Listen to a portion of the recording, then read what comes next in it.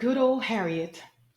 Harriet Tubman was my girl, and to this day, one of the best friends I've ever had. The moment I met Harriet, I knew she was special. She wanted me to run away with her from my master's plantation to a land where she claimed we'd all be free. My first impression? I laughed. I laughed so hard. I mean, I knew she was crazy. She always was. But this idea was on another level. What level of courage would cause her to think she could outrun the slave trackers with their horses and vicious dogs, sure to come charging after us? No doubt there'd be signs everywhere the next day once they realized we escaped. I told Harriet I couldn't do it. I wouldn't go.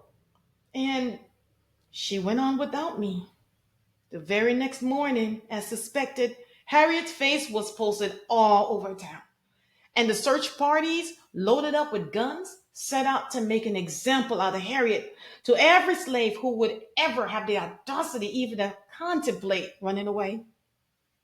And this was the moment the unthinkable happened. I begged Harriet to stay, to abandon her dreams of freedom and just accept who we were, slaves. We were born slaves, we would die slaves. But you couldn't talk down Harriet. No one could.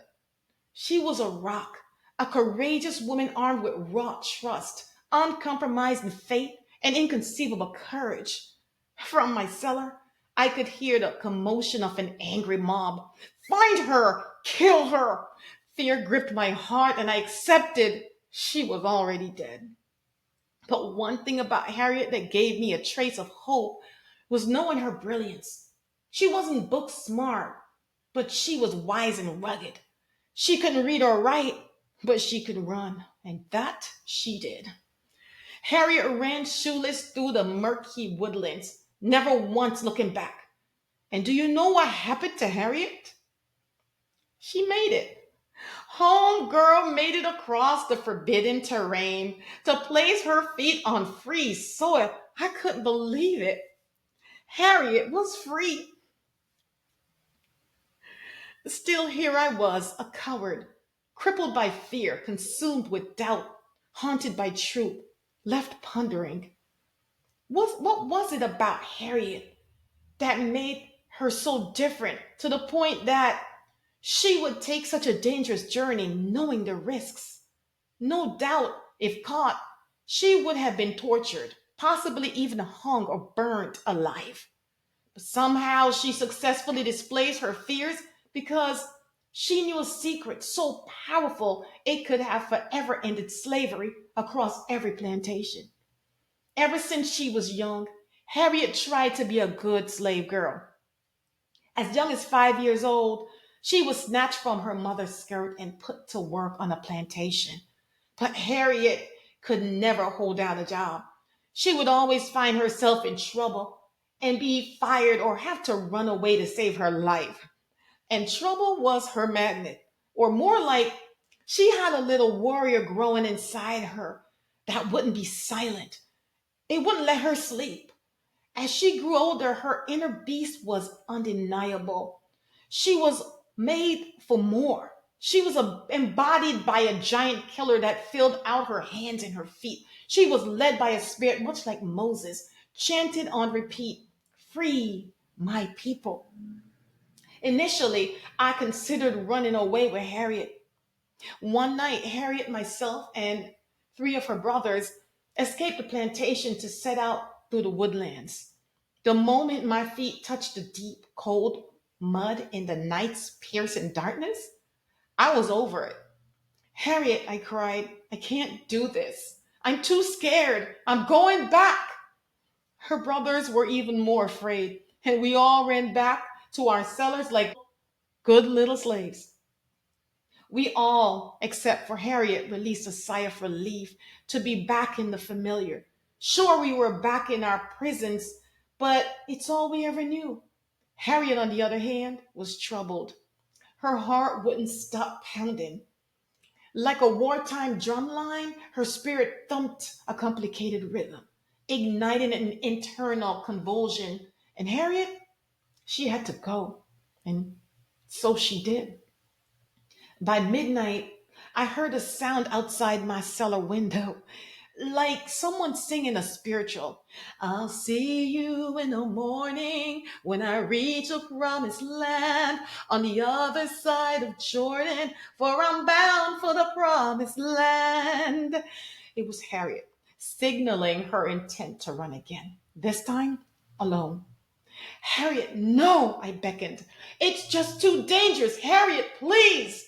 You're going to die.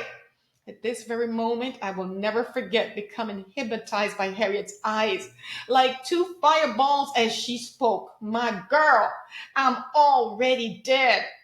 A strange coating graced her face, something like an armor, and she continued to speak. There was one of two things I had a right to: liberty or death.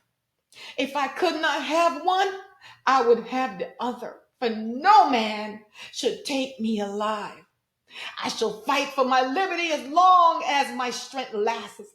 And when the time comes for me to go, the Lord will let them take me.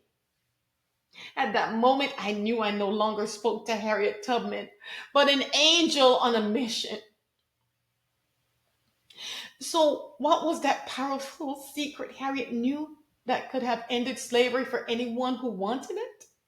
I quote, freedom is only for those bold enough to take it. Harriet Tubman was my best friend because she taught me to pursue and capture my dreams.